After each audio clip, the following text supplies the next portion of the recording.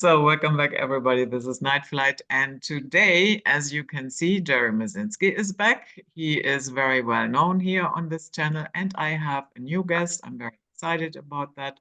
That is Janet Swain, and she used to work as a nurse in mental health, and you also worked on Patterson Air Force Base. Is that correct? Have I I trained there. And I was I'm not big on titles. I was a nurse practitioner. So I actually prescribed medications. Oh, okay. Okay. We don't have that distinction here. Not that I know of. So, okay, thank you for that. Oh, that's okay. And I think Patterson Air Force Base, you must have been in contact with a lot of PTSD, correct? I trained in a lot of places, but I trained at Wright-Patt Air Force Base particularly for trauma. And they were very generous to me. Didn't have to train me the way they did. Put a lot of money into my training. I'm forever grateful because it was a beginning of my eye-opening, especially for trauma. Yeah, yeah. And so, Janet, PTSD is a term that we are familiar with, but I think not everybody has a clear understanding what that really means. Could you walk us through a little bit what the symptoms are? Sure, and Jerry's got more years in the field than me, so interrupt me, Jerry, anytime you want to add more. We all have trauma, all of us. We just don't realize it. And it can snowball, but what trauma is an upset. And it can be any level of an upset. But the problem with trauma is that at the core of the upset, we make decisions. This is our survival mode. We're making decision in the middle of that upset. Let's say dad remarried and you have a very wicked stepmom who just doesn't care for you. And in the middle of her verbal abuse or her humiliation, that child's taking on an emotion of shame and developing a lie. I'm no good. It's a decision because in the middle of a trauma, all your attention is centered on you. You know, everything is centered on you. So you make a decision about yourself based on that trauma, and you don't make good decisions in a trauma. You know, so it's a bad decision. It's not a true decision, but it's stuck there. And then the ego comes in it. You get an overwhelming negative feeling that just washes over you. And it's not a survival place to be in. So you can't function with it. It feels awful. And the ego comes and takes it and goes, well, let me handle this since you can't. And it buries it in the subconscious mind and it battens it down and it wants to get out. But then there's a force, a resistance holding it in. So it creates a ridge and that ridge stays stationary. And it's like a computer virus. Since that information is buried alive, it affects your thoughts, your feelings, your decisions, how you view life. It's like a computer virus running in the background, but it won't come out, and you can't get it out. So that's where the MACE treatment method comes in, and it'll pull it out of there in an hour and disintegrate it, get rid of it. Where psychiatry and psychology just keeps beating it open, and it gets worse and worse. And psychiatry pours drugs on the brain, so you sit there and go, I don't care about it anymore. You know, but it doesn't cure anything. The problem, we don't know it's there. Right. We think it's us. So that poor young child's going to grow up thinking, I'm no good, and believing it's them. And it really is just the lie deposited at the point of the trauma. And we all have it. And it keeps reoccurring because since that thing is buried alive, so if the child feels he's no good, anybody in his psychic universe who shows up, who makes him feel no good, that thing's going to react and start a fight or flight response. It'll be either attack that guy that's making you feel like you're no good, or run from him or avoid him. but it's that upset is going to keep triggering and triggering, repeatedly triggering, and that thing is going to get bigger and bigger and bigger until most people just go, well, that's just the way I am. You know, there's this kind of people I hate, and that's the way it is. And every time they come around, I'm going to either have to fight with them or get rid of them. I mean, and so it's a constant upset. And every time that triggers, it gets stronger and stronger till the person feels that's who they are. And it's not, like you said, it's not true. It's false. Lie. It's a lie. It's like a virus, a computer virus running in the back of their mind that they're not aware of, that triggers over and over and over again.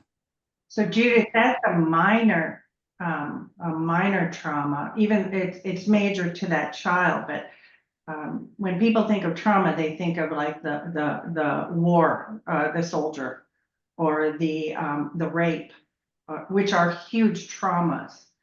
Yeah. But we all experience trauma. That's why you see so much addiction because these are symptoms of trauma.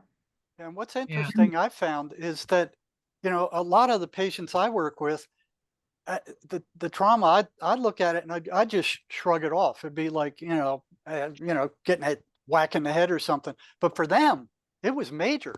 I mean, it was a life-changing event. You know, so it may not be something like you said. It doesn't have to be a war thing or a physical trauma where you really get damaged. I mean, sometimes there's one lady, she was a little girl and she crapped her pants and hid it under the bed, and it was at a relative's house who was hotsy-totsy. That traumatized her for life.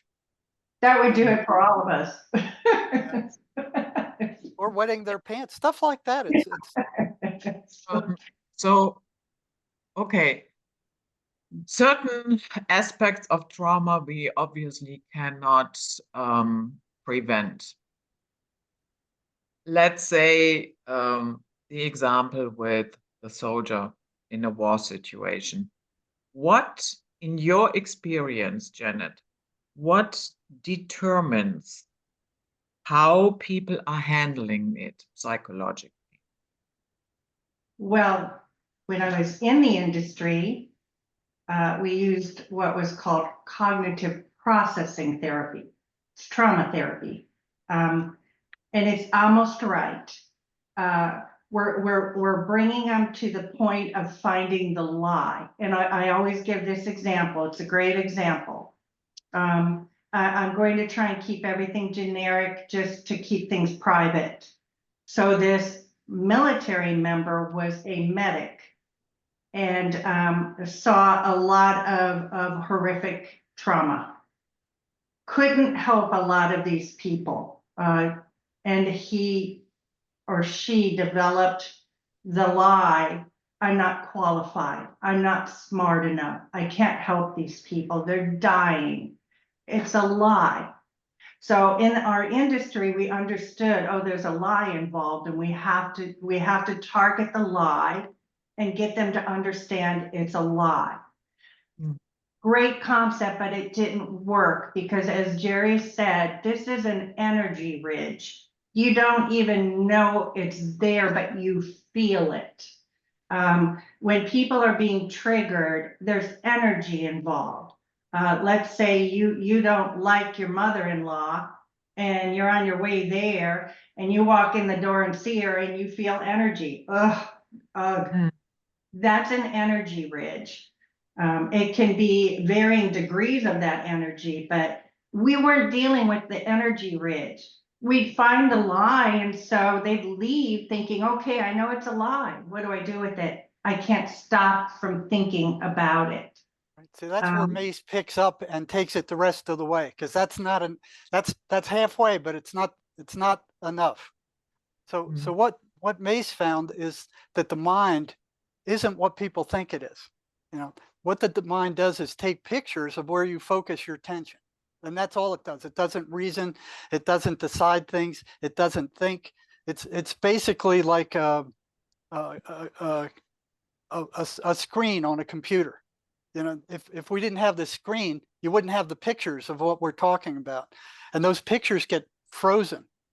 And Mace found that you can turn a concept, an idea, a feeling into an image.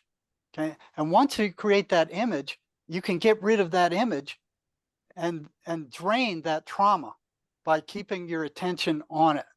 And it will eventually vanish, and that energy will return to the person as positive potential. You know, Who's Maze? so it's called the Mesa energy method. So it's an Oh. energetic system. It's a non-talk therapy. So you don't talk about the trauma. I don't even have to know what it is for this to work.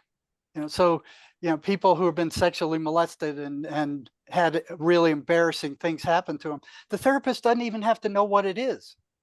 It still works because it's an energy therapy. Okay, there's no space, there's no time, there's no matter in the energy universe. It works with totally different principles than the physical universe. There's different laws. Is that the new treatment that you talked about before we Yes. started recording that the Australians have now? Yes. It's And I not, wouldn't say the Australians, it's not because new. Yeah, it's new for America, but it's not new. yeah, it's been in I think Australia's had it for what, 20 years or something like that now. I think Cherie's been training for 19, and she's not she's one of the, She's one of the originals. yeah. Yeah. Yeah. So there's a lot of pushback against it from the establishment. So they took this to one of the universities, and they showed the university, look, it works. You know, they actually worked it on the professors and the establishment there. They said, you give us the patent to it, and we might do something with it. So the instant, yeah, probably shelf it and forget it. So then they took it. Yeah, John had no desire to get rich off this at all. He wanted to help people. He wanted to help people, and that's it. He even makes it easy for practitioners to do the training. And so they took it up to the Australian legislature, and they showed them how it worked. And they, oh yeah, this works good. And then they just kind of swept it under the bridge. The establishment doesn't want something like this out there because it works. They're making $14.7 billion a year, selling antidepressant drugs and antipsychotic drugs. They don't want any interference from something that works and is much, much cheaper than what they're doing. Yeah. Yeah. So now, what needs to change in mental health? Actually, it is being discussed even in the mainstream. It's not that everybody thinks everything is hunky-dory here. But we can go through a couple of points that I wrote down, and I would like to have your take then on this. So point number 1, teach mental health in all schools. Would you agree with that? What are they going to teach? What would they teach? I think it's already overly talked about. There's no one who doesn't know that we have a mental health epidemic. And if you go into the classrooms and ask the teachers, I actually heard this recently, who have been teaching for a long time. Hey, do you see a difference in our kids? Are they acting out more? Are you seeing more autism? They're going to go, yes. Yes. What's going on? And in the industry, we didn't know what was going on. We thought, oh, we're being more informed.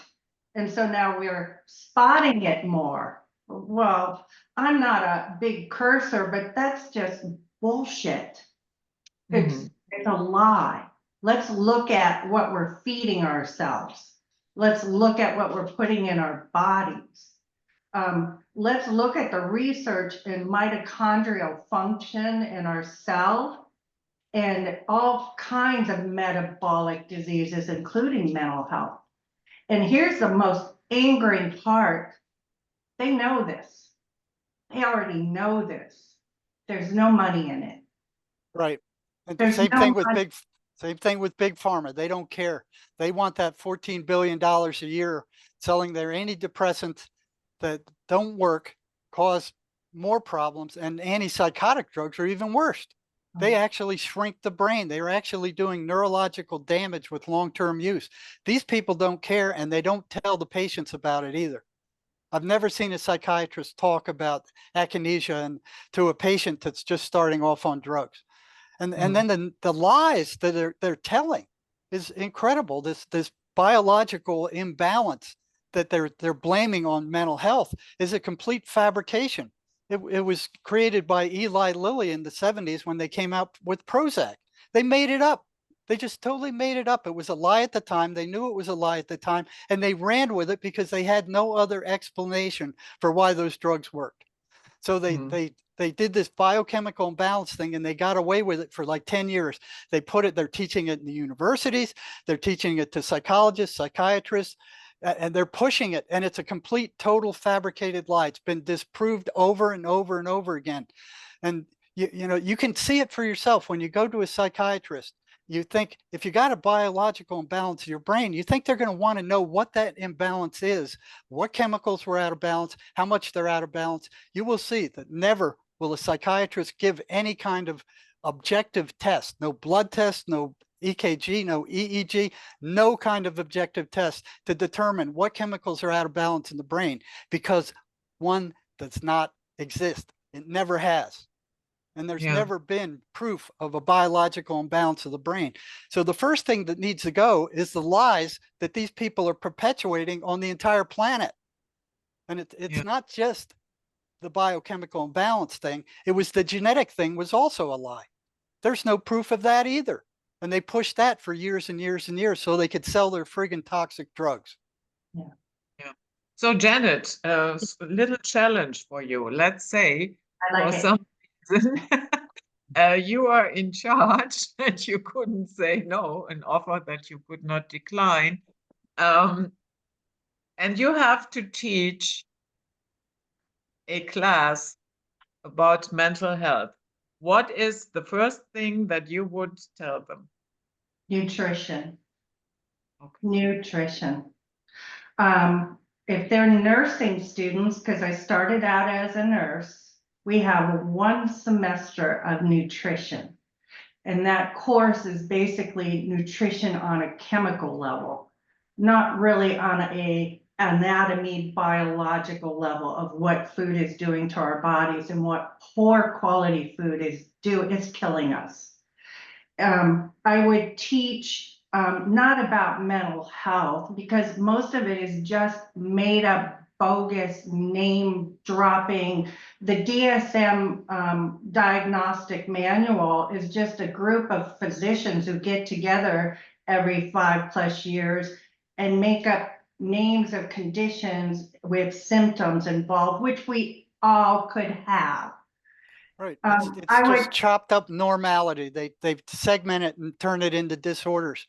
And they don't let anybody in on those groups that they have every 3 years. They're completely sealed off. They don't want anybody looking at what's going on in there. I tried to be a part of it. I tried to be a part of that. It's an elite group.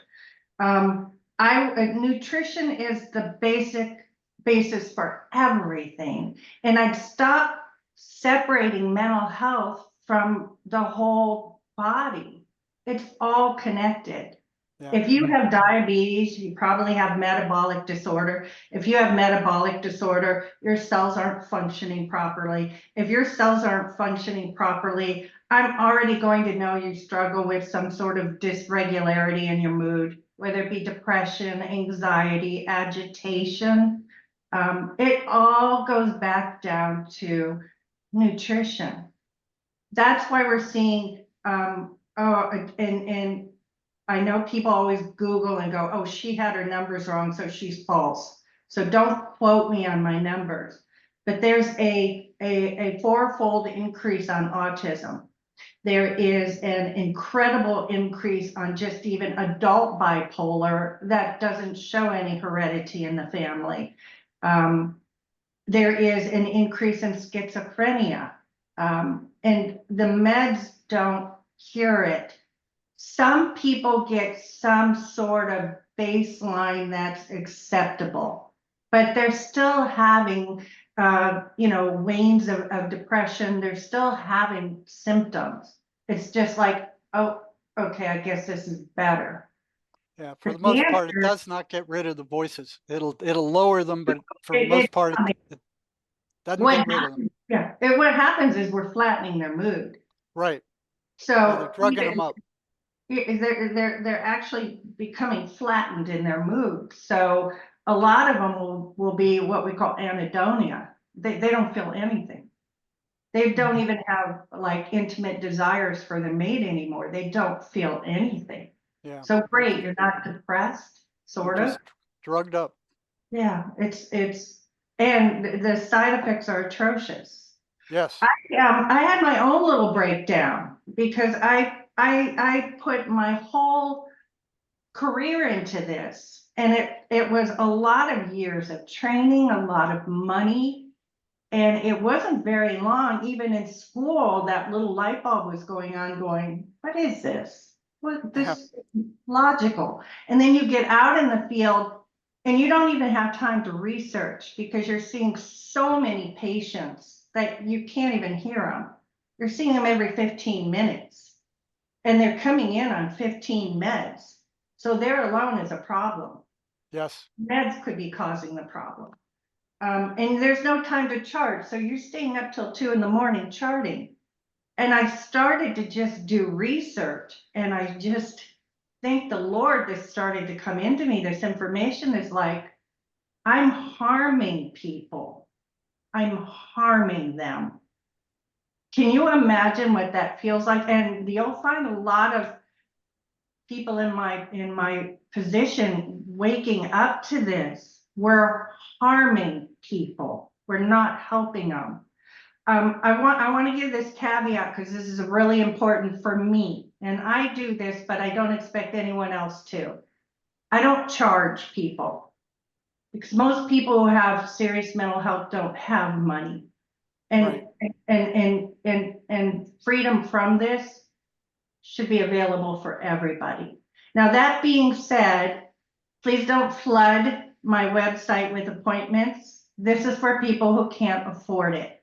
If you can afford it and want to be seen, just donate because our ministry offers help in so many different ways. But what I would teach people is they don't like to hear it. They want to take a pill. But you got to change your lifestyle. There's one important thing, and please do the research. You're going to blow your mind away when you find this out. I'm going to use the term ketogenic diet, but it really is high protein, high fat, and very low carbs. That resets your body. So I found this out by accident because, again, when I was working, they gave you no time to research on your own. You had to do it at 3 a.m. The ketogenic diet resets your body. They knew this long before Rockefellers got in with their petroleum-based medical field medications. The ketogenic diet was used to stop epilepsy. I saw women go on the ketogenic diet to lose weight and their PCOS cured. So they weren't able to conceive and have children, and they were told to lose weight. And when they went on the ketogenic diet, it reset their cells. And their PCOS was cured and they were getting pregnant. It's all about nutrition, all of it. If you go on to my, I put it more on my, oh my goodness, I'm so sorry. I'm so sorry, I thought I turned that off.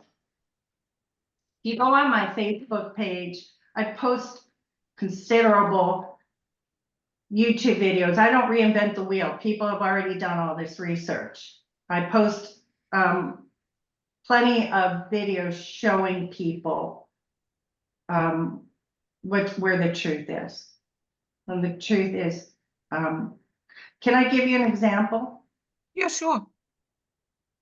In one of, I used to travel for during COVID, and I worked in a hospital in New Hampshire, and I'd have to do rounding on the floors for the mental health people. And there was a very intelligent professor who was admitted experiencing psychosis. No history of it, experiencing psychosis. Keep in mind, very intelligent. That's a big key. And they asked me to start her on something, and I started her on B1, thiamine, high dose. And the doctor mocked me. That's all you're going to do? That's all I recommend. You know, if you want to give her something else, go ahead. It didn't take long for her to start getting her mind back. A lot of times her psychosis was paranoia. She was paranoid of the mailman, and it came on gradually to where they had to admit her. She was also admitted, ironically, for a metabolic disorder. Light bulb connection, it's all connected. Yeah. We have So found what exactly? I didn't hear that acoustically. What did you recommend? thiamine. It's vitamin B1. Most of Americans don't even know they're depleted in it. So thiamine B1 is like the key that unlocks the cell. If you're depleted in thiamine, you can take B12, you can take B complex supplements. It's not going to do you any good because you're too low on thiamine and none of it can get in the cell. And that's where we want it. We want it in the cell. So my little kids, I would see, are going to be careful, or I don't know how they censor you there. My little smart kids, high energy, eating lots of pizza and soda. You need thiamine to metabolize carbs. So when our kids are eating lots of carbs, they're depleting their thiamine. And when their thiamine's down, you're going to see a hyperactive, agitated kid who can't stay focused. So you start giving them thiamine, and you start to see a difference. There's so many ways to help our bodies that have nothing to do with these horrific medications. Yeah, good to know. And I will, for the audience, I will put all the links in the description box so they can visit your Facebook page. And yeah, so Jerry, do you want to add something to the subject? Otherwise, I would move on to the second point. Well, what I'd like to do briefly is just kind of summarize the report card for mental health in the United States right now. Okay. So in the US right now, there's almost 50,000 people kill themselves every year, year after year after year after year, most of them on antidepressant medications. Right? Suicide is the 11th leading cause of death in the US. Okay. Between 2000 and 2018, the suicide rates increased 37%. Okay, this is a report. We got more psychologists, we got more psychiatrists, we got more psychiatric drugs on the planet now than we ever had in the history of mankind. And this is what we're getting. This is what we're getting out of it. An estimated 24 veterans kill themselves every day in the US. Yes. From 2006 to 2016, the suicide rate increased by 2% a year, with 1.4 million suicide attempts in 2017 and 47,000 deaths. 10,000 Americans are diagnosed with schizophrenia yearly. Schizophrenia is among the top 10 health problems on the planet. Okay? And this is what we're getting with the current treatment modalities that they have. Those antipsychotic drugs cure absolutely nothing. Like Janet said, they just dumb you down. You know, they don't get rid of the voices. They don't get rid of psychiatric symptoms. They just dumb you down. They cure absolutely nothing. And the antidepressants are the same. And here you got the televisions every day. Get this drug, get that drug, get this. You walk into a psychiatrist's office, you're going to come out with a diagnosis and some kind of pill. And those antipsychotic drugs, like Janet said, the side effects are horrific. Most people eventually stop taking them. And when they started doing autopsies on long-term mental health patients in the state hospitals, they found that their brains were shrunk like walnuts. And the researchers went, well, we think this is due to the antipsychotic drugs.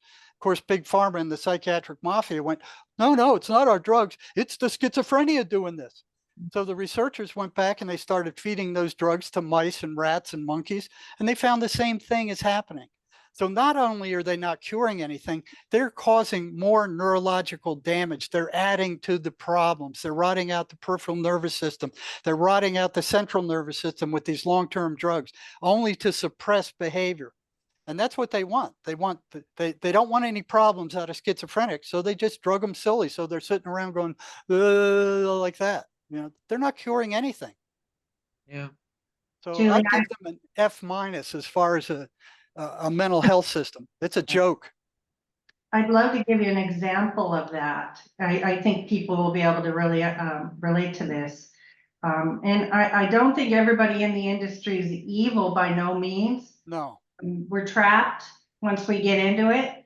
But anyways, the example I want to give is when I was working in the jail, I had a person who was arrested. She was a grandmother who was depressed and started on antidepressants.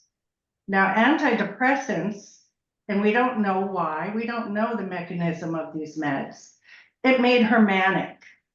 So she was at the mall and got grandiose ideas of stealing for her grandkids.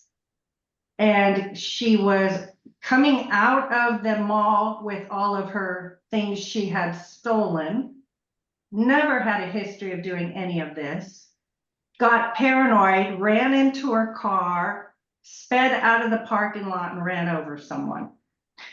Fortunately, that person did not die, but that grandmother got 25 years. Yeah. And you hear Yeah. case after case after case here where people are on antidepressant drugs and do stuff like that, as well as kill themselves. You know, I think there's even a warning label on these things now that they may cause suicidal ideation. You know, they're not curing anything. Yeah. I remember, but that was a long, long time ago, but there was talk about, you know, some mass shootings that took place in the United States and psychiatric drugs. Would you say, yeah, there is a connection? 100%. Okay. If it's not the meds itself, it is trauma. You know, it all starts with trauma and poor nutrition. Yeah. If you talk to schizophrenics, you're not going to find any that don't have serious trauma in their background. Serious trauma. It's not little stuff. It's big stuff. It, like Janet says, it all comes down to that trauma. You know, but then the voices that these people are hearing too, they're running very fixed, repetitive patterns. You know, there's like 23 of them. They're on my website at jerrymarzinsky.com. If they're running repetitive patterns, they're not hallucinations like the psychiatric mafia insists. You know, hallucinations don't run patterns. They're all over the place. Yet these people over and over and over are teaching in the universities, they're teaching in the colleges, they're teaching in the medical schools that the voices schizophrenics hear are hallucinations. They're not by a long shot. Yeah. Yeah. I know, Jerry, we discussed this in length on other shows. So if people are interested, they just have to go back and watch a different show with. So number 2, little bit weird as well, but here we go. Create specialists mother and baby mental health services, because 1 in 10 women will have mental health issues during or after pregnancy. So what do you make of that? Create mental health services with specialists for mothers and babies. I'm going to sound redundant. I'm going to take you on the medical side always, because that's my basis. Mothers can have postpartum depression, postpartum psychosis. Imagine you're pregnant. Where is all of your resources going when you're pregnant? That baby. Yeah. So, and I'm going to get right back to B1 because our little babies can be born B1 deficient because mom is. We don't need a mental health separation because it's all, our body's all connected. We need OBs, midwives trained extensively in nutrition because it's all about what we're doing and how we're treating our bodies. And people don't want to hear that because that takes effort. Yeah, I know. And we have been so accustomed, you know, drive-through food, drive-through marriage license, drive-through this and that. And I think that has been done by design. But on the other hand, we have to admit we gobbled it up like Skittles.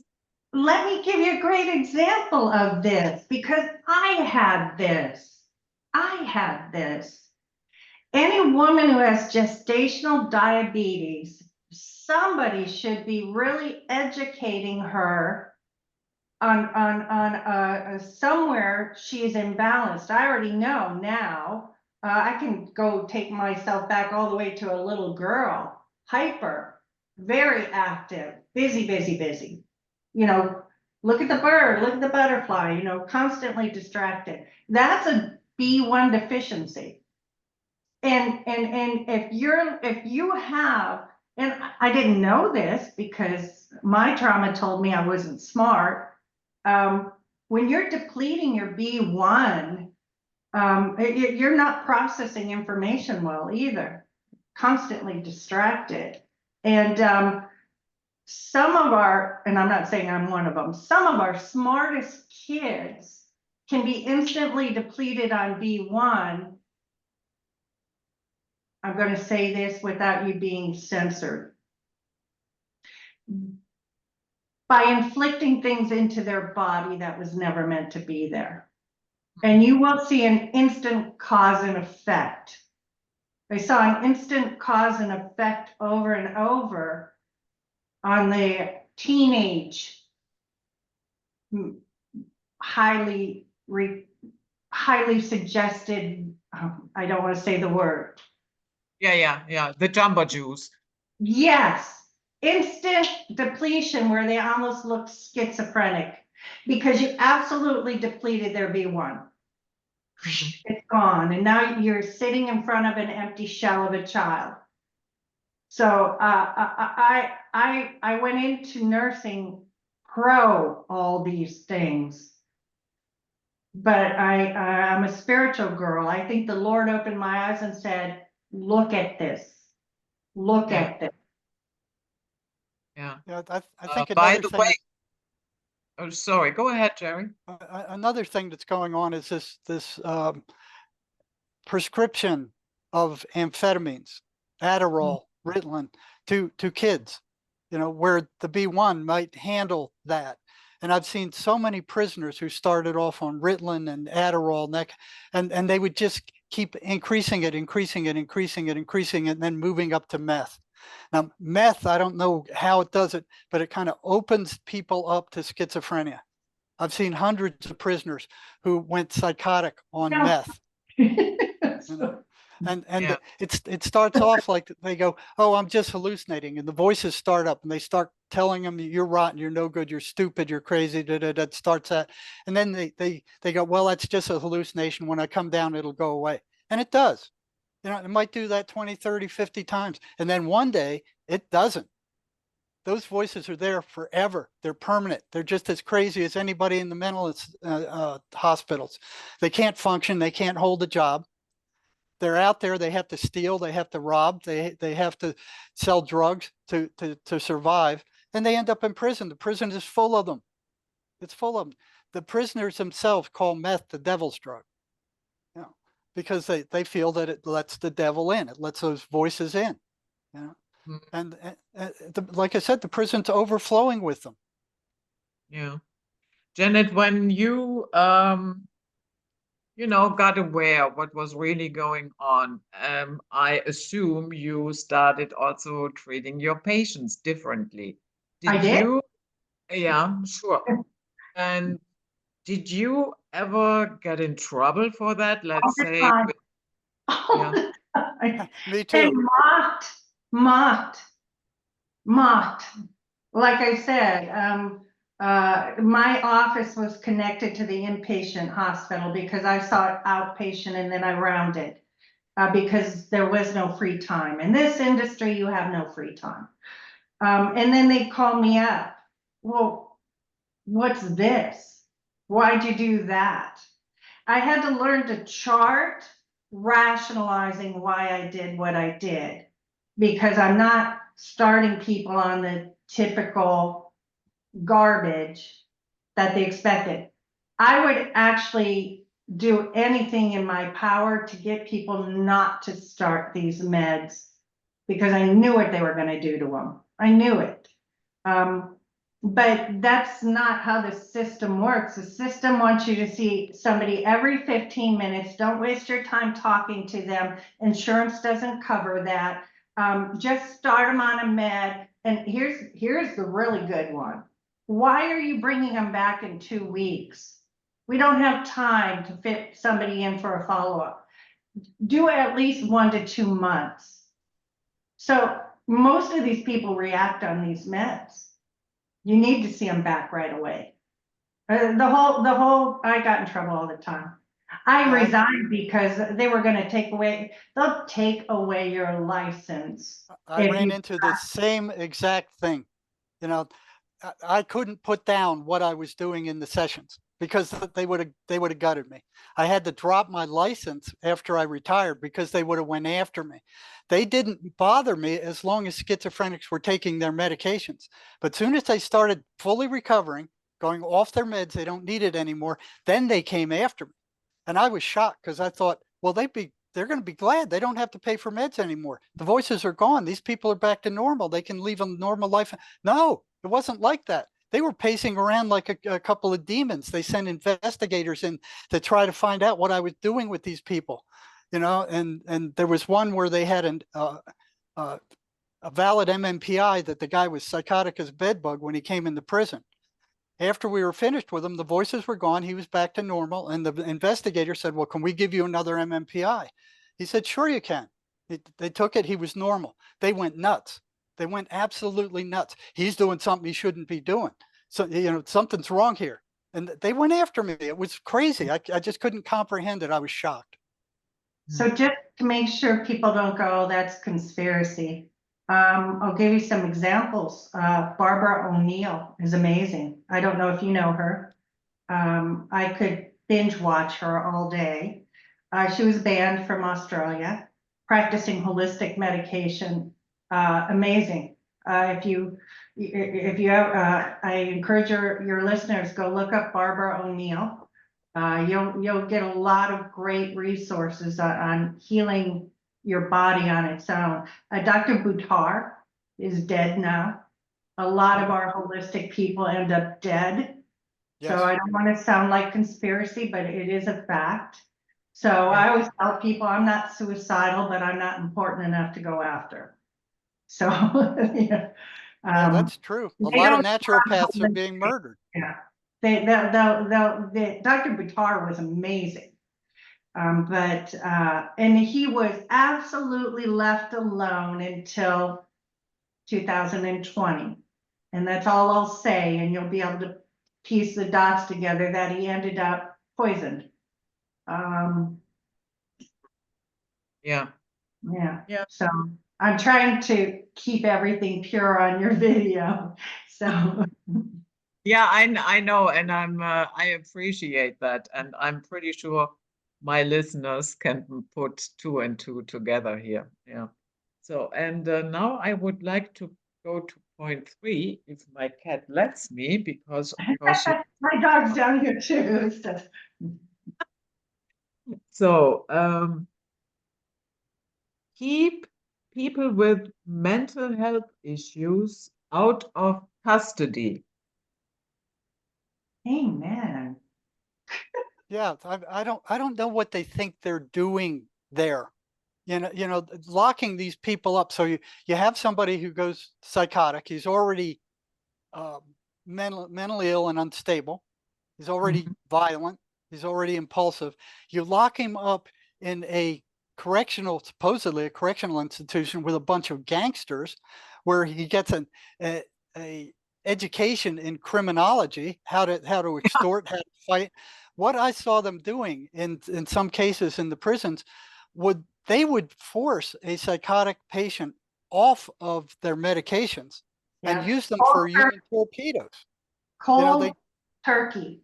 cold turkey. They go off them, and then they'd start feeding them stuff about, hey, that gangster over there in the other gang, he's planning to kill you. You better go do something about him quick. And they feed all this paranoia to the guy. The guy's crazy. He goes over and he stabs the guy, and he gets more years. So after brutalizing these guys, putting them in a horrible, negative, fearful environment for years, they go, okay, now they're finished their sentence. They give them $50 and they go, okay, you're free to go. They're in much worse shape than they ever went in. And on top of that, it cost more to keep them in a state hospital or in a prison than it did a state hospital, because you're paying for all the security, you're paying for all the equipment to keep that security. I mean, it costs much more to keep them there than it did at the state hospitals. They closed down all the state hospitals. They Yeah. think they were saving money. Started in California with Proposition 13 because they were paying too much property taxes. So they closed down the hospital. Now the prisons all over the United States are overflowing. They're just building more and more and more prisons. And they're releasing these people out to terrify society. I mean, it's sick. It's actually sick what they're doing. And they're getting, they say they're giving community standards mental health treatment in the prisons. That's a total joke. It's a friggin' lie if I ever saw one. No. I watched Huge money-making, billion-dollar money-making industry, these private medical companies, and they're on 60 Minutes, they're so corrupt. they're a joke. They come into these prisons bidding these billion-dollar contracts, and they don't even desire to help medically or mentally or orally, I because the watched dentists are all them. part of it. I watched them fail time after time after time after time. They give very substandard treatment, even worse than the state did, much worse than the state did. They And die. They're dying. They're dying from withdrawal. I watched a woman give birth in a cell. I didn't watch her give birth. I heard it screaming. I'm not on the medical team. The whole medical team claimed she was faking it. She delivered that baby and it died. And that's just a tip of the iceberg of the horror that's going on in the prison, and there's no accountability. right. None. And I was good friends with a warden who was a state warden, and he went over to the private sector. They would not allow anything that cost money in there. No treatment programs, no mental health programs, no nothing. I got in trouble all the time. I did too. I was always in trouble. I was in trouble all the time. Why are Me you too. seeing so many inmates? Because they need it. Well, they wanted you to see 3 to 5 people a day and go home. And they didn't care what just keep it cheap. Yeah, Yeah. everything was about the money. Yeah. I watched, there was one guy I watched them release that I knew he was going to kill somebody within 6 months. He was so psychotic, he was so violent, but his sentence was up. So they're throwing them out. They're throwing them out by the dozens every day. But if one guy escapes from the prison, and a murderer escapes from the prison, it hits the newspapers. Oh, this guy escaped. He's running loose in the community. He's going to murder somebody. Lock your doors. Get your guns out. That's insane. They're releasing 20, 25, 50 people a day that have those same kind of characteristics, setting them loose with $50, turning them loose into the community and saying, okay, you're free. No follow-up whatsoever. It's insane what they're doing. I can share this because it made the news. Collin County released somebody, and this person went right up to Dallas Love Field with a gun, and they shut down the whole airport. Was a known mental health patient, no care, no, Nothing. no. Well, this incident actually happened to me. I was working on one of the medium security prison units in psychology, and this one prisoner was getting more and more psychotic, and he was centered on this other prisoner, and he kept making more and more threats, and he was psychotic. He was hearing voices, so we had to send those people over to the medical unit to get medicated. So I wrote him up, all the things he was saying, what he was doing, how he was acting, sent him over to the medical unit. But the chief psychologist and the psychiatrist were in cahoots. So this psychiatrist was working other places, and he would just come in and see these people that the psychologist picked out. But he was getting in trouble for issuing too many medications, the psychiatrist was. So they put the psychologist there, a stooge, to turn these people back with a different diagnosis so they wouldn't have to medicate them. This guy was getting increasingly dangerous. They sent him back. I put him down as psychotic. He's getting more and more dangerous. And they sent him back with a diagnosis of personality disorder. I wrote it up again, more details. Said he's psychotic. He's getting dangerous. He's making threats against this guy. He's going to hurt somebody. Sent him back there. The same stooge sent him back again a second time. Okay, so all this is going in the medical record. I sent him there a third time. I said, he's going to hurt somebody. You need to do something. And I put it, big, long write-up in there, sent him back a third time. They sent him back again with a diagnosis of personality disorder. 2 weeks later, he stabbed somebody 23 times. He didn't kill him, but he stabbed them 23 times. I was so furious. I had to stay out of work for 2 days because I know I would have beat the crap out of the chief psychologist. I would have assaulted him if I went back there. So this is what you're dealing with in the prisons. It's a joke. The mental health section virtually doesn't exist. No. It's a joke, and they only give antipsychotic drugs to the psychotic prisoners who are acting out. If they're not acting out, they're not causing any problems. They don't get any treatment. Oh, so the only people who got true treatment in the county jail where they were prepping them to go to court. Once they got through court, they didn't care. Yeah. They just wanted them to be able to be stable enough to stand before a judge. That's all they care. Okay. Judy, So I would admit these people. And there's private hospitals, they all need to be shut down, they're for profit and they're a nightmare. Yes. But if we were really truly concerned about mental health, I would stabilize them if they needed to be stabilized on meds. If they could stay inpatient without starting them on any of these horrible meds, the whole treatment would be resetting their body with a fasting diet. I would put them on a keto diet, keep them there until their body is reset, and then discharge them with the right information on how to take care of your body. Well, I would add to that they should have MACE therapists on that's in all of these institutions, in the prisons, in the schools. Okay, right. So the diet and then the MACE that actually works, and cut down on these toxic medications that the psychiatric mafia and big pharma are pushing on people. Right. That they're not working, this whole system isn't working, and they still keep doing it time after time just for the money.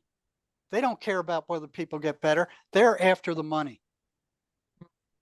I understand that it is a multi-billion-dollar business, pharmaceutical treatment for mental health. Yet I'm thinking, if what you suggest, Janet, and what you say, Jerry, and we would really put that into action, would that not lower the cost in general? And I do not only mean the dollar cost, but also the costs for society itself. Yeah. If you have thousands of unstable people running Oh, around yes. that are freshly released from the prison, so wouldn't that be a Yes. number one, a more financially sound way to go, and it would benefit society even Yes, more? yes. Because you look at a schizophrenic, it's not just the schizophrenic who's disturbed. He disturbs everybody around him. He Yeah. tears apart the entire family. He alienates friends. He alienates relatives. He's causing problems. He's making misery for a whole range of people. It's like throwing a rock in a pond and watching the ripples go out. Same thing with the schools. They're disruptive in school. They're disruptive in society. You know, and you look at the the actual money that's changing hand. The antidepressant market in the U.S. is expected to reach 15.98 billion by 2023. We're talking billion. This isn't million. This is billion. Antidepressants that don't work, that are increasing. So most of these people who kill themselves are on antidepressants. Global antipsychotic sales hit 14.54 billion in 2021, expected to reach 15.5 billion by 2022, and it's probably up around 16, 17 billion right now, worldwide. These drugs are poisoning people. They're causing neurological damage. They're not curing anything. They're only making these people rich. Juliet, I'm going to spin it to the other side now. This also is going to be a huge roadblock. There are so many people tied into this system making money. Yes.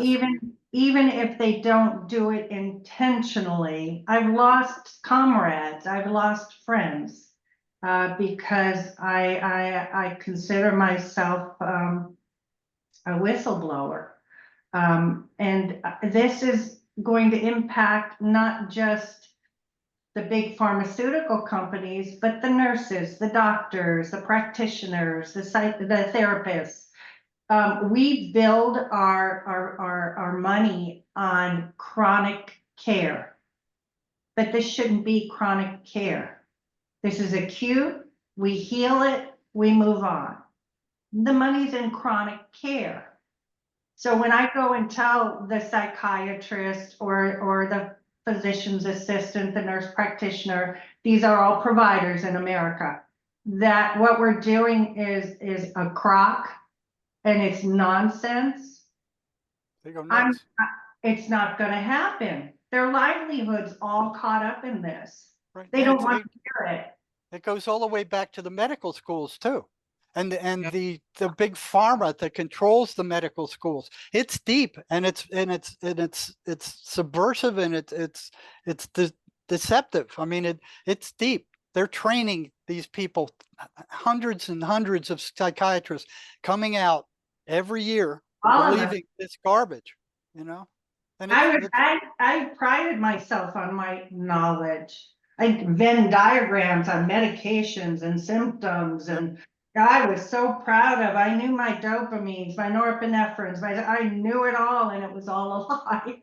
Yes, lie after lie after lie. The whole system is built on lies. They don't make any money curing people. Bottom No. line, they make no money curing people. They make money out of keeping them sick. Yeah. Yeah. Absolutely. The thing I would just tell people, don't get overwhelmed on what we can't do. I was there. I was, oh my gosh, how do you break this? This is huge. It's a monster. It's a beast. It is. We're in charge of our own selves. Yeah. We do not have to rely on the system. Get yourself educated. If you're too depressed or too just debilitated, you can't do it, come see one of us. We'll get you started on your journey. And again, I'm not here to make money. I don't charge. And I specifically say I don't because it's not fair. Lots of therapists have gone in and put in a lot of time and money to learn this. I'm in a position where I want to give back because I did, in my heart, I did harm. Mhm. We're taught to do no harm, and I did harm. I unknowingly did harm. I can't take that back. And Jerry helped clear that trauma. Thank you, Jerry. Because when I had that breakdown of the overwhelming going, what are we doing? This is horrible. I wish I could remember how I found MACE. I believe God brought it to me because I never heard of it. You don't hear this in America. And I got a hold of Cherie, and I got led to Jerry, and I'll tell you, it's pretty quick. It's a pretty quick healing of the trauma. It's the beginning of the journey. Why don't you Mm. tell them a little bit about what that was like for you to go through that and what you The, were expecting? the session itself. Yeah. So I read all the books, so I knew. But the funny thing is, I just did a session. What is today? Thursday. And the person, even right after we got through with the ruin, Jerry, they were skeptical. I can't believe this is all there is. There's, you know, because the industry makes us do all of this circus stuff, like even EMDR. You know, that's the big military one. It doesn't work, but anyways, they're expecting something huge, but you don't know it works until you know it works. I'll give you an example. After I saw Jerry, I used to talk to a friend across the street in the park, and I was in the park and I said, I could write a book on how angry I am about the system and what I went through, but I don't feel angry anymore. Mhm. I have all the memory of it, but I don't have this enormous anger, rage about how could they? I'm a victim. This is horrible. It's gone. That rage is gone. Yep. Now I'm able to do something about it. And that's how it works. That emotional ridge, that computer virus in the back of your mind is drained. It's like draining a car battery. You can get a brand new, fully charged car battery. If you draw it down to nothing, you can't recharge it again. It won't recharge. It's dead. That's the same thing with a negative identity. We drain it down till there's nothing left. And then what you have left is what Janet just said. You have a memory of what happened, but there's no emotional charge to it. It doesn't bother you anymore. You're free to make rational decisions about that area instead of having explosion after explosion after explosion and reacting. You're no longer reacting. You're now making rational, logical decisions where you reacted previously. So those of you who are thinking about going on antidepressant medications, before you do, please go visit causisminstitute.com and find yourself a causism therapist there. It's CAUSISM.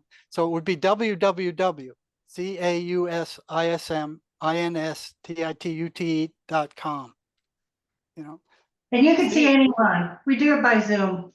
Yep. I prefer people in person, but that's you know, unless you're in Texas, that's not going to happen. And you can be seen anywhere in the world. And what's interesting about this system is the therapist doesn't have to know anything about the trauma. So if you were sexually molested or something embarrassing happened, the therapist doesn't need to know that. You know, it So works no anyway. emotional striptease. Is what? No emotional striptease. No emotional striptease at all. Oh, not like that. No. In fact, if you have you experienced psychotherapy at all, Judith? Mhm. So the patient always leaves with all of that in their mind, reviewing what you just talked about. The energy over and over and over. Doesn't it's go so anywhere. real. Yeah, it's like picking a scab. I'm just gonna pick that scab again, you know. Over and over. Maybe if we really understand the wound, it'll heal, but then we'll pick it again. It has nothing to do with understanding. It's the emotion. That's it. Yeah. So, point number 4, employ people with mental health issues. More than half would like to work but less than 1 in 10 are in paid employment.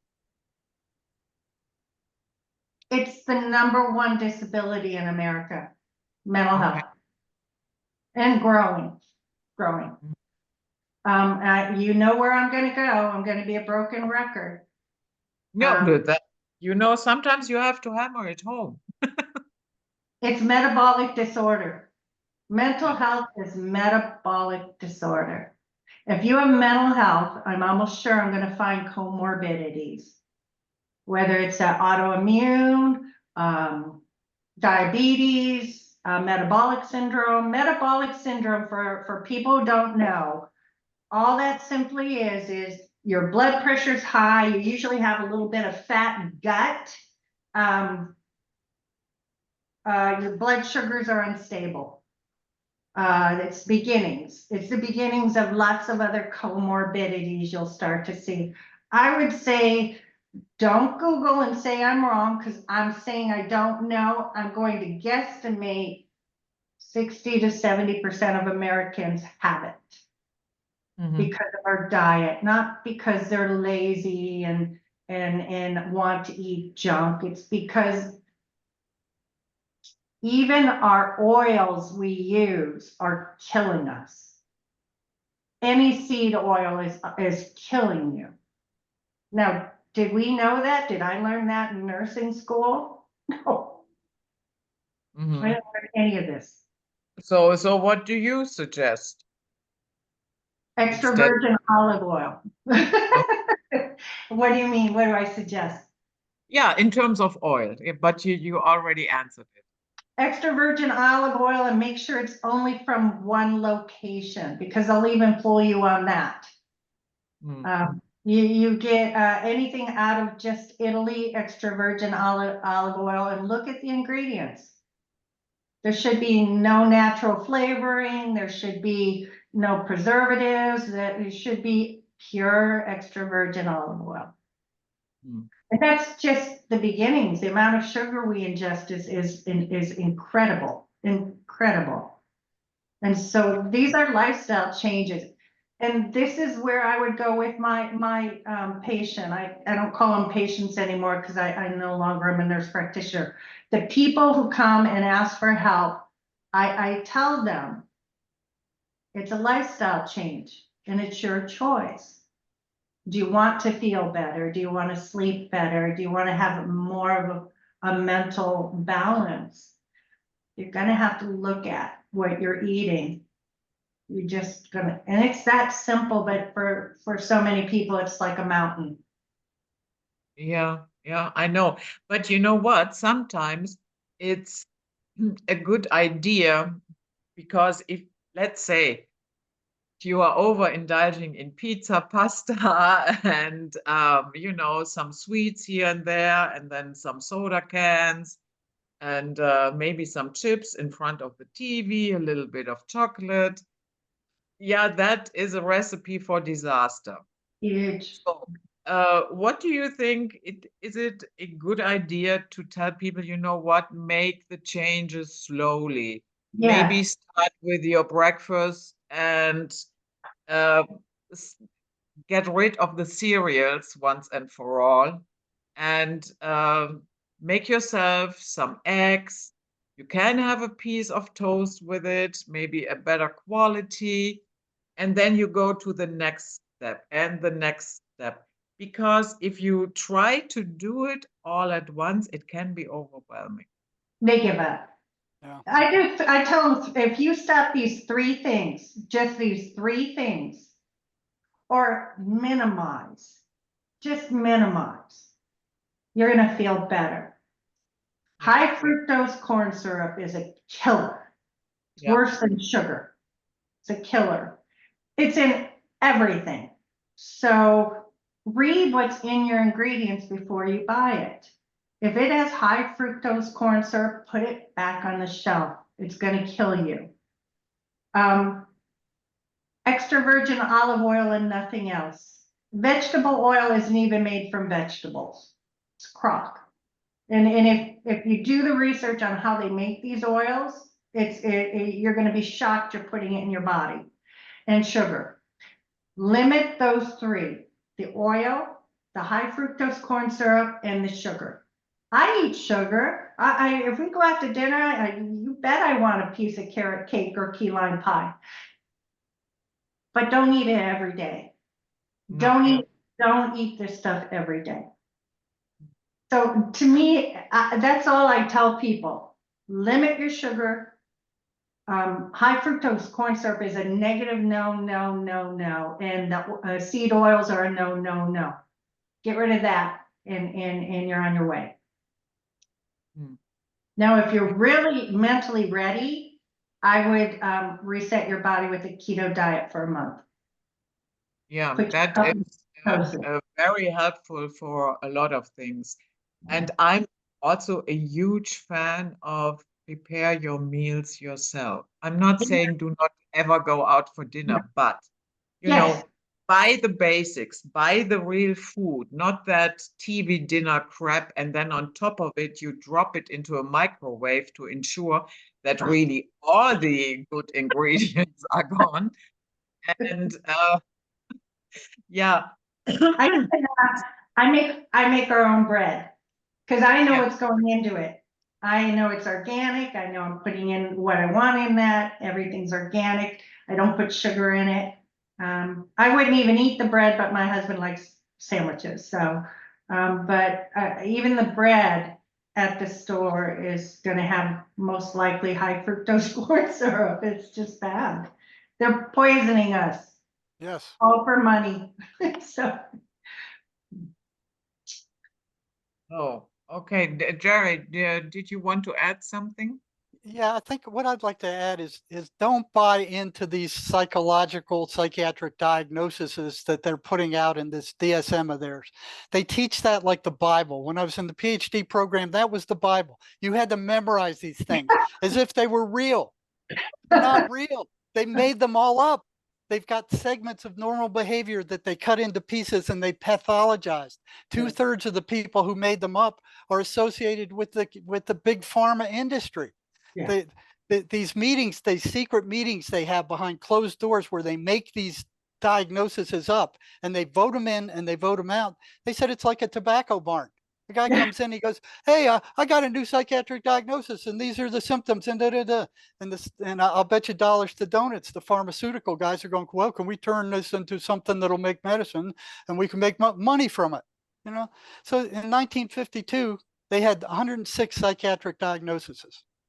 In 1980, they had 256. The DSM now lists 297. They're all fabricated. You know, with every new edition, there's more and more and more of these diagnoses that are coming out. And some of the diagnoses, one of them is mathematics disorder. If you don't like mathematics, if you're not good at mathematics, you've got a mathematics disorder. There's something wrong with But you. do You're you have a disordered. pill for that? Oh, I have Yeah, that. I have that too. Bad. But well, let me see. That all my life. Another one is sibling relational disorder. So if a couple of kids get into a fight, now it's a relational disorder. You know, some of the more bizarre ones is Paris disorder. I think it's people from Japan. I think it is when they go to Paris, they go into cultural shock. So they call that a Paris disorder, and they recommend Yeah, we talked about antidepressant that. drugs for it. Yeah. Some Yeah. Valium. Valium. And Valium completely destroys your memory. I mean, So you here's can't something. remember anything after taking that stuff.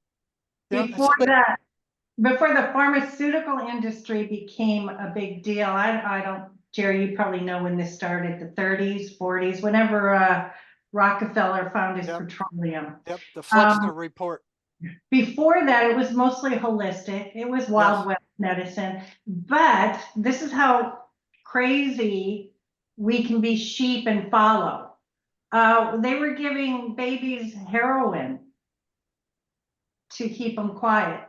You know, just because somebody who declares they're a specialist or they're more educated or whatever, use your own common sense. We all have it. We all have it.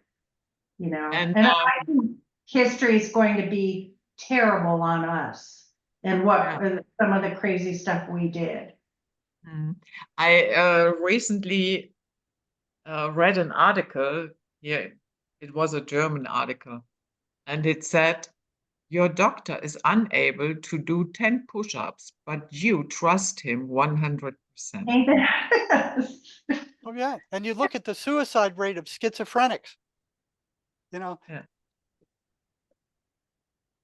they suicide at a rate 5 times higher than the normal population. Then you look at the suicide rate of psychiatrists. It's right up there with them. So they suicide at the same friggin' rate as the worst, most disturbed patients that they treat. You know my attitude towards the suicide rate among psychiatrists. Karma is a bitch. I kind of relate to why that might happen. Okay. Again, I only have a master's level education, so my education isn't nearly as long as these physicians. And they come out of this training in massive debt unless their parents are beyond filthy rich. So they're at least 6 figures in debt. They're in an industry that they might even start to realize is a crock, but there's not a thing they can do about it because they're stuck. Yes. They're stuck. They see that those drugs don't work. None of what we're doing works. And the amount of patients is overwhelming. Yes. They're backed up in the ER for days. I know. I was in charge of clearing them out of there, and they didn't want you spending any time with them. There's Just nowhere. get them out. I was up in New Hampshire. There's nowhere to put them. There's nowhere to put them. They end up in jail. Yes. But or what on I'm the streets. saying is, not everybody in the industry is bent on just money and corruption. So many, including so many of the dear people I worked with, are trapped. Yes. It's their livelihood. Right. Yeah, they have to go along with a program in order to not to go bankrupt. Exactly. So I had to drop my license so they wouldn't come after me. You know, I knew they would dirty it up if I went on and spoke in public about what I saw in the mental health system. I knew they'd go after me. I had to drop it. Yeah. And sometimes I like to have a look at the symbolism. Me too. Have you ever noticed that the butcher and the doctor are wearing the same uniform? White coats. And they got that snake going up their staff. I don't even think the majority of the doctors go into this field or choose to do it for corruption. No, that is not what I'm saying. Yes, but it is true. I had that white coat. Makes you look like, I'm educated. Yeah, they made us wear them for a while. It was a joke. Yeah. The psychiatrists remind me of the ancient Egyptian priests, back in ancient Egypt. They're the same kind of thing, oh, we got the magic, we've got the education, we got something, we know something that you don't, that's bull crap. Yeah. So number 5, help people with long-term physical health conditions like cancer, heart disease, diabetes, what have you. So they are suggesting here also to give mental support to people with physical issues so that they don't develop a mental health issue. Would you agree? So go ahead, Jerry. Yeah, I've been surprised by how many patients that I've dealt with using MACE method where they had a pain somewhere, a chronic pain. Okay, we went after it, and there was this massive psychological cesspool stuck in that area. and it took forever to get rid of. I mean, forever for me is an hour and a half, maybe. I mean, but it took that long to get rid of it. Once it was gone, that pain was gone. I was working with a lady yesterday who had cerebral leaks, pinpoint leaks. She had horrendous headaches. Okay, we went after that. The headaches disappeared, and her head felt normal again. And this was only after an hour. So there's so many psychosomatic illnesses that reflect physically that can be gotten rid of with the MACE stuff that they think is physical, and they're dumping chemicals into their bodies with all these prescriptions. So take these painkillers and take these anti-inflammatories and take all this garbage that really doesn't solve the problem. You know? So a lot of it is psychosomatic.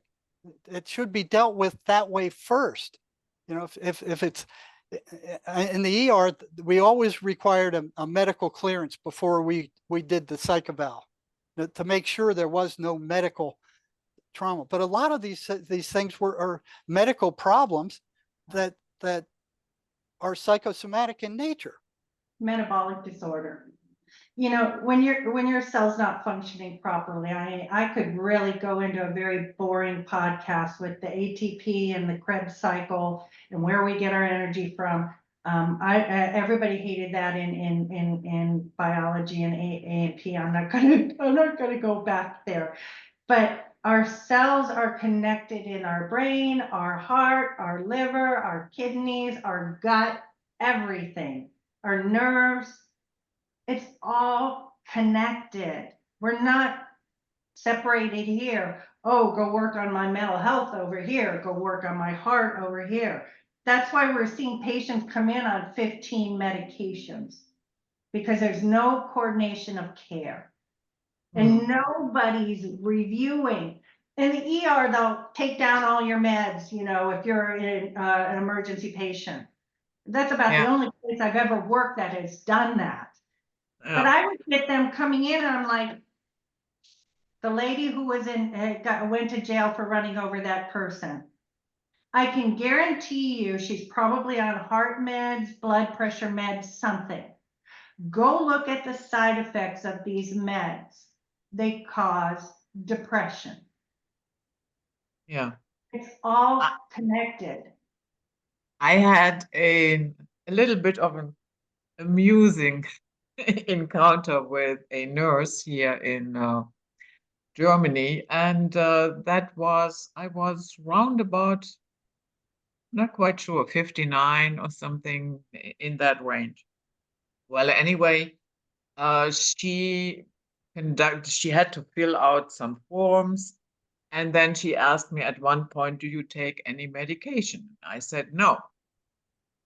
And but she had her sheet, and so she went through everything, you know, circulation, diabetes, and da da da da da da da. And I was sitting there, no, no, no, no. And after a while, I felt really silly, and I said, I take an aspirin once in a while.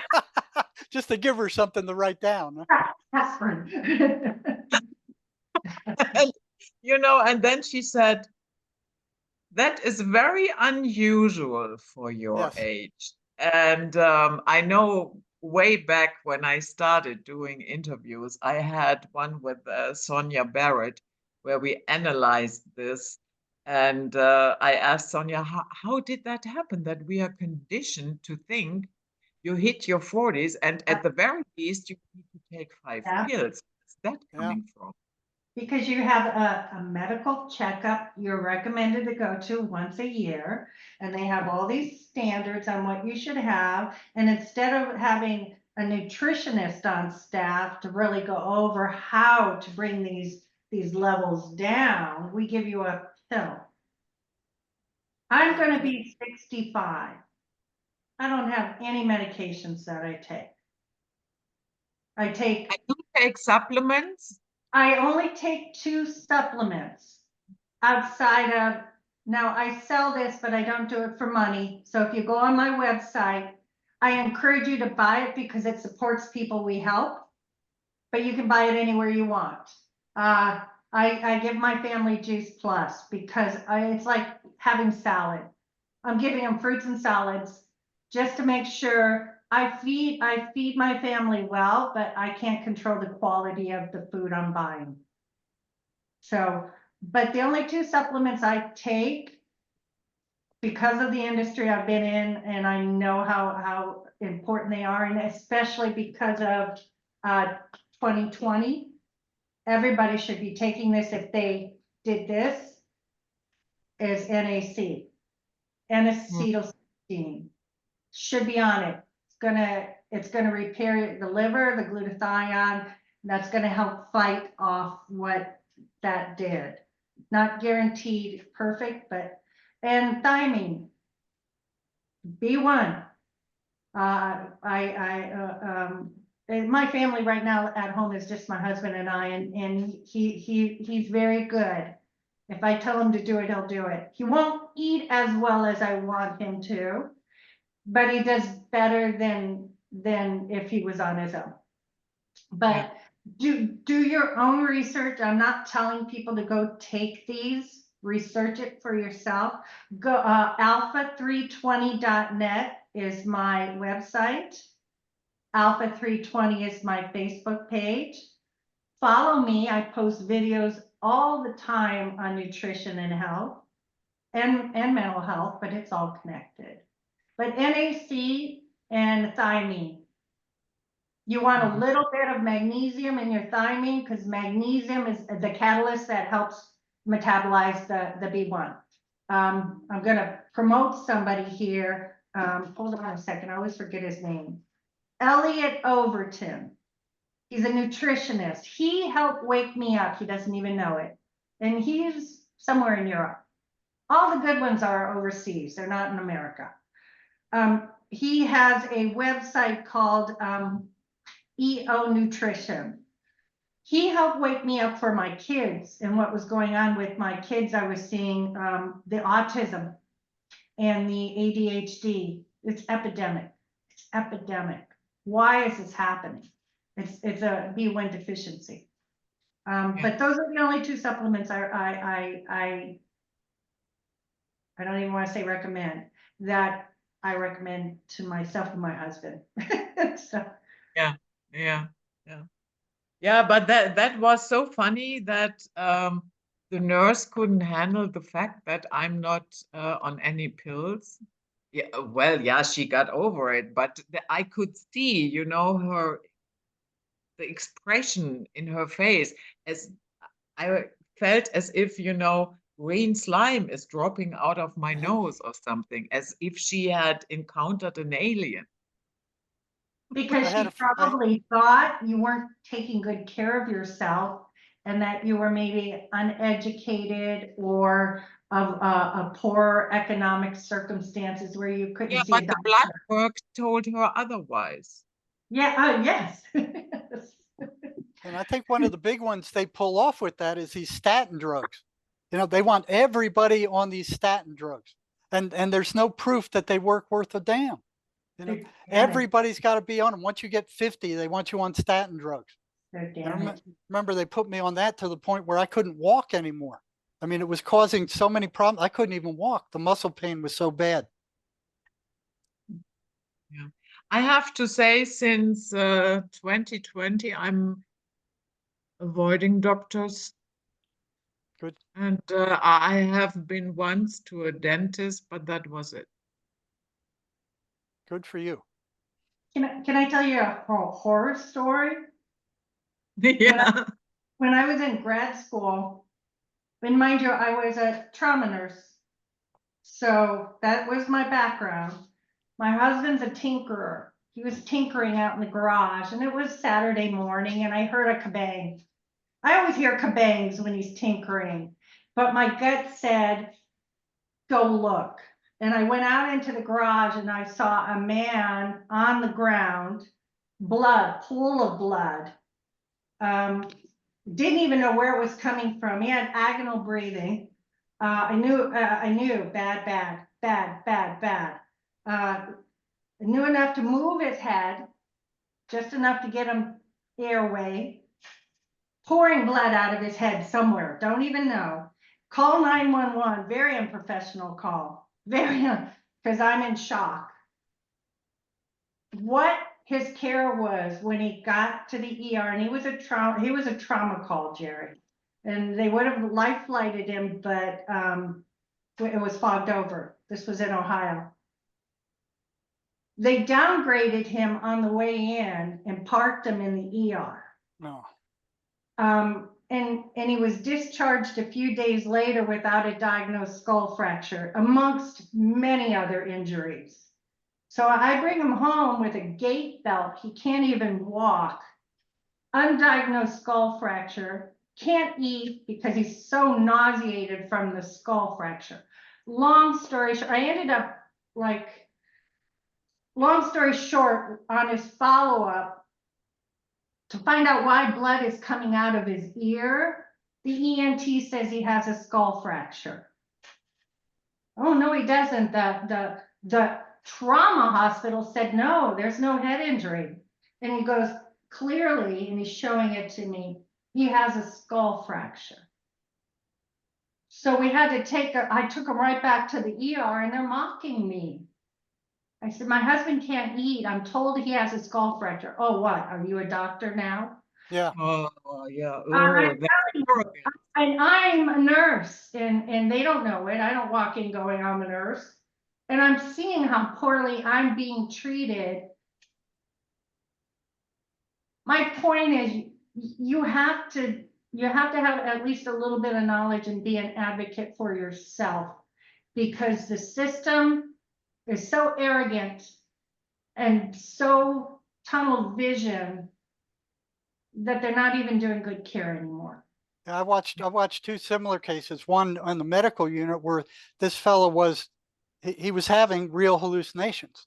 They diagnosed him with psychosis and started pouring these antipsychotic drugs into him on top of it, and it wasn't psychosis. And I called that, and the psychiatrist got furious. That they were poisoning him more, with these drugs that he didn't need. There was another one where the psychiatrist would only listen to the mother.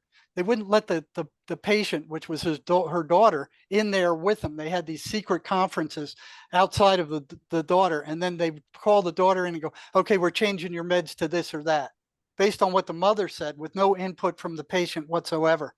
I called that and ended up in trouble up to my neck. It's Jerry, crazy. that's great. That is a great example for somebody to get this really easy.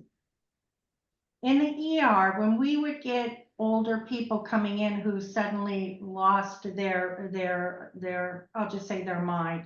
They weren't thinking clearly. They were very confused. They didn't even recognize people around them.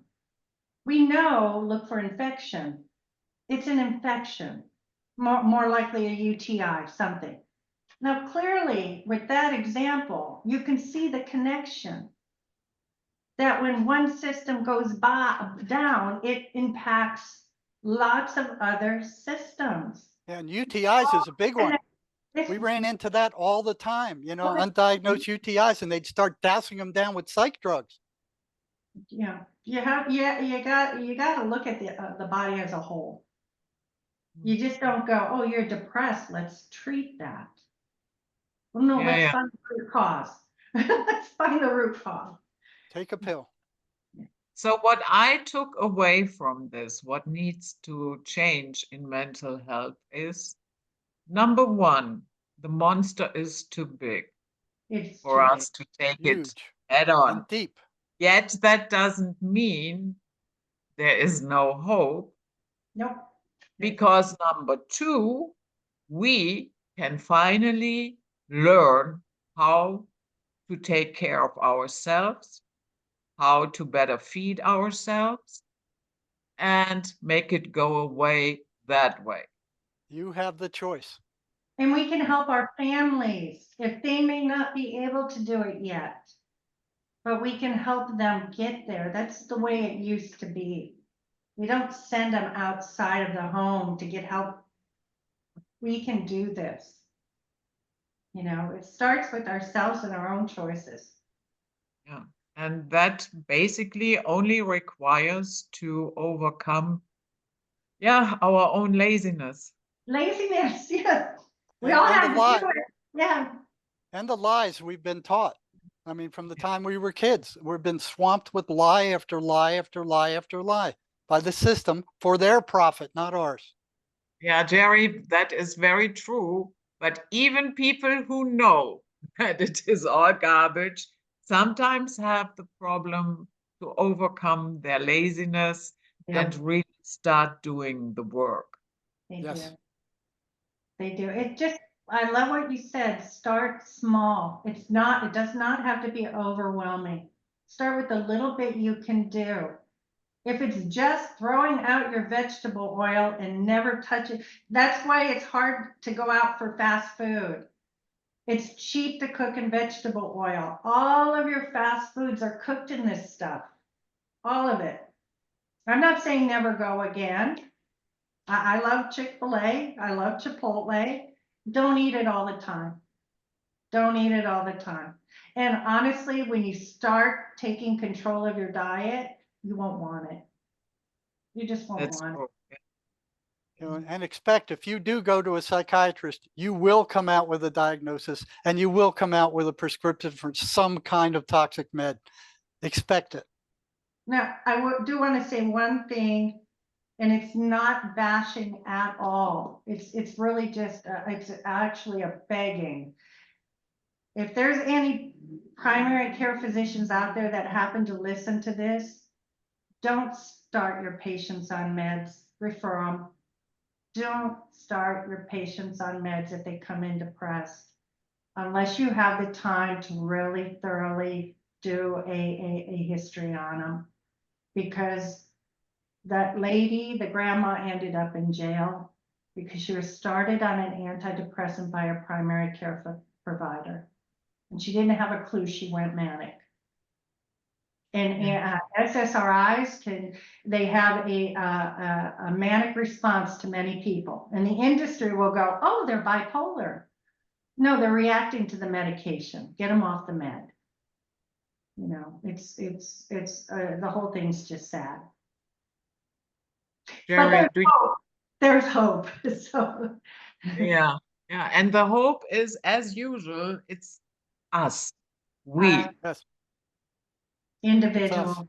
Yeah. Yeah. So forget about fighting the big monster.